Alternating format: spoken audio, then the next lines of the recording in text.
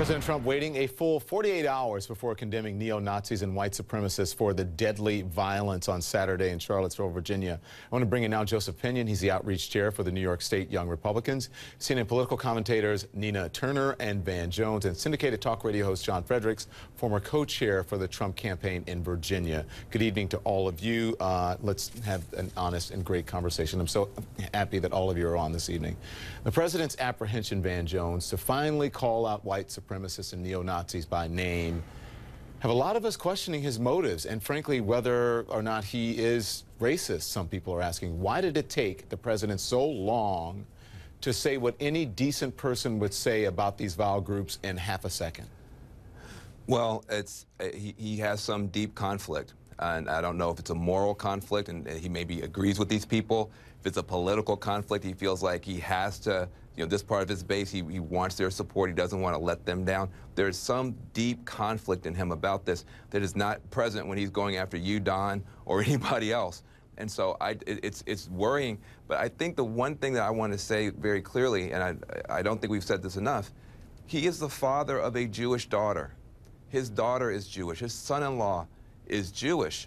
And the level of anti-Jewish vile and just the bile and the venom that you heard on the streets out there was as bad as the anti-black stuff, and in some ways, and sometimes even worse. Even worse. To not even, and now he supposedly, Donald Trump, he doesn't care about anybody else, but he loves his family, and he loves his family, he loves his daughter above everybody else, and his daughter's faith was being insulted, and he couldn't even stick up for his own child. There is something deeply wrong here with this president when it comes to anti-Jewish, anti-black bigotry, and I don't understand it. Yeah. John, some of the president's supporters believe that the president's mini-side speech on Saturday was enough, though many Republicans did not. A lot of Republicans spoke out and denounced the president's comments. But when white supremacists use the president's ambiguity as vindication, I mean, isn't that a problem? Yes. Don, look, while many of us appreciated the president's statements today, it was a day late, it was $1 short, and it was woefully inadequate. What this president has to do, what President Trump has to do, is he has to unequivocally, totally excommunicate these people from the party, his movement, things he believes in. He should say, I don't want you. I don't want your votes at all. He needs to have a President Clinton, a Bill Clinton sister soldier moment. He's not had that.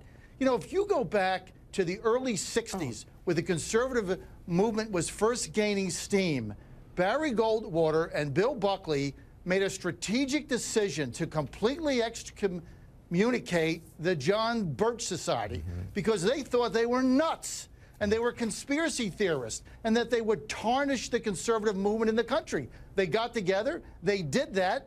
You've not heard of the John Birch Society since. Yeah. What President Trump has to do is tell these people they have no place. Look, these are domestic terrorists, Don. Yeah. We're not talking about removing statues. They were walking around the streets of Charlottesville with SWAT stickers, with riot gear. Yeah, and listen, I have to remind people, and you're saying this, a day late and $1 short.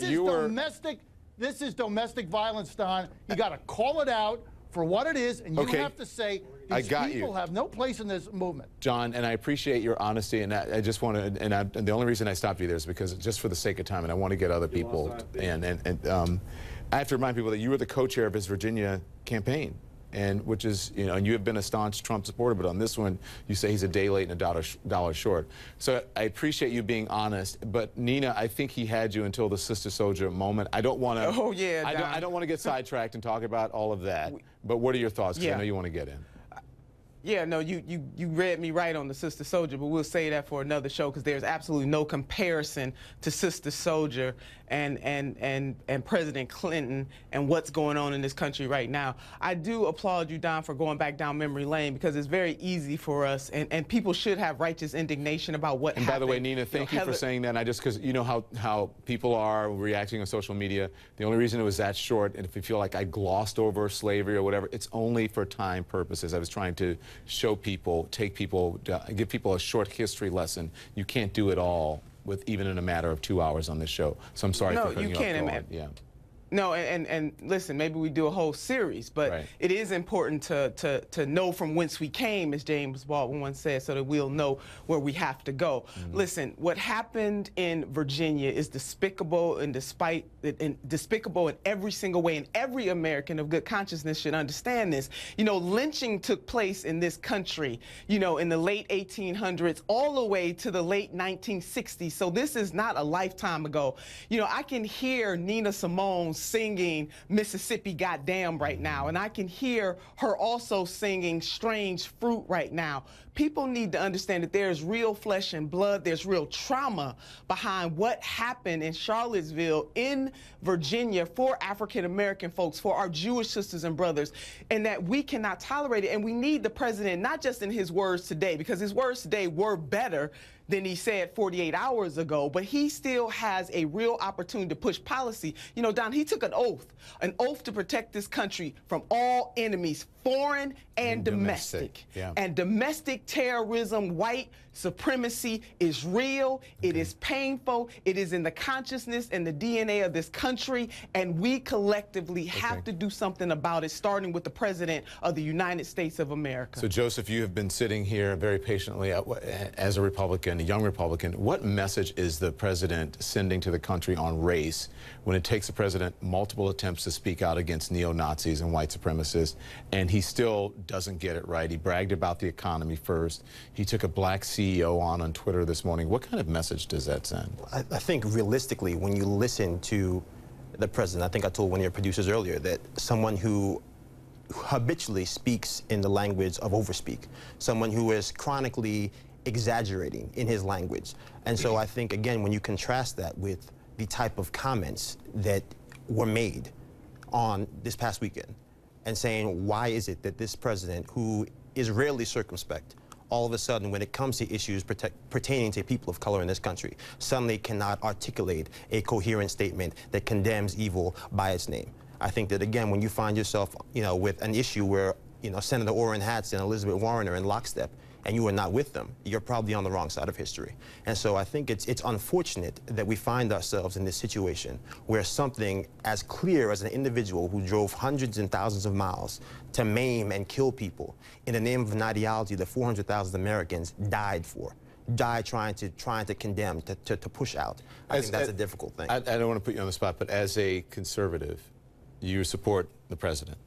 I support, you know, I'm not going to sit here and give a soliloquy on, you know, tax reform. You know, when we're talking about people who are died, when we're talking about a shared nation's grief.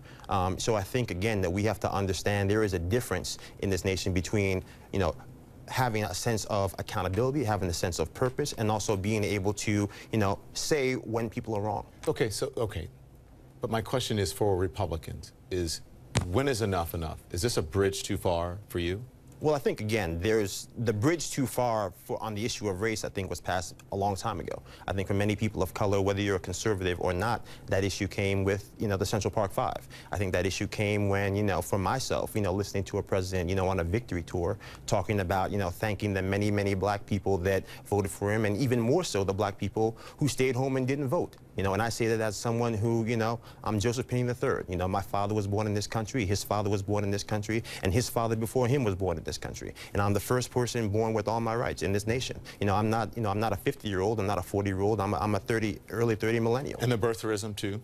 You know, and the birtherism. These are all things that are inherent in Donald Trump. The reality is, you know, we have that saying, right, I didn't vote for him, but he's my president, and I hope he does a good job. And I think that on both sides of the issue, we've lost sight of what that statement is truly supposed to mean, that we are supposed to hold that president accountable, but also inherent in that promise is an understanding that that person is going to work to represent the interest of all people and at least try to make an entire nation, an entire tapestry feel as if they're embraced. Van Jones, what do you have to say? Well, first of all, I just think that the comments that were just made by our young Republican were just extraordinary. I almost just wish that we could just have a moment. That's real leadership. There's a moral clarity that we just heard that's sophisticated, it's nuanced. Hey, listen, there is a time to talk about tax policy. That's probably not today. I think that frankly, this is bringing out a lot of good in people. you know, often when there's tragedies like this, whether it's 9/11 or Fort Hood or something like this, there's a mixed response, and then suddenly all this good comes out. And I think a Republican Party that can begin to return to its roots of being honest and being, frankly, nuanced, sophisticated, smart about things sometimes, and get away from this nonsense would be good for the country. As a Democrat, I want Democrats to be better. I want the Republicans to be better so we can all get better. We've been in a race to the bottom because of President Trump's attitude, and I'm beginning to see people break away from it. You don't have to denounce the president, but to be able to speak the way we just heard, that there are things that are just too sacred to play around with, that is a healthy response to a horrible tragedy. And I'm just glad to be on the show tonight. So I have a question. So today, I said at the beginning of the show, you can put everybody back up. Thank you. So today, I've been all weekend just depressed about this, and I needed to clear my head, and I went for a run today, Van and guys here, and I listened to one of Dr. King's speeches, or as many as I could on my run. And there was the one where he said, don't let anyone steal your manhood, right? And my question was, when is the Republican Party going to get its manhood back? Has Donald Trump stolen the Republican Party's manhood?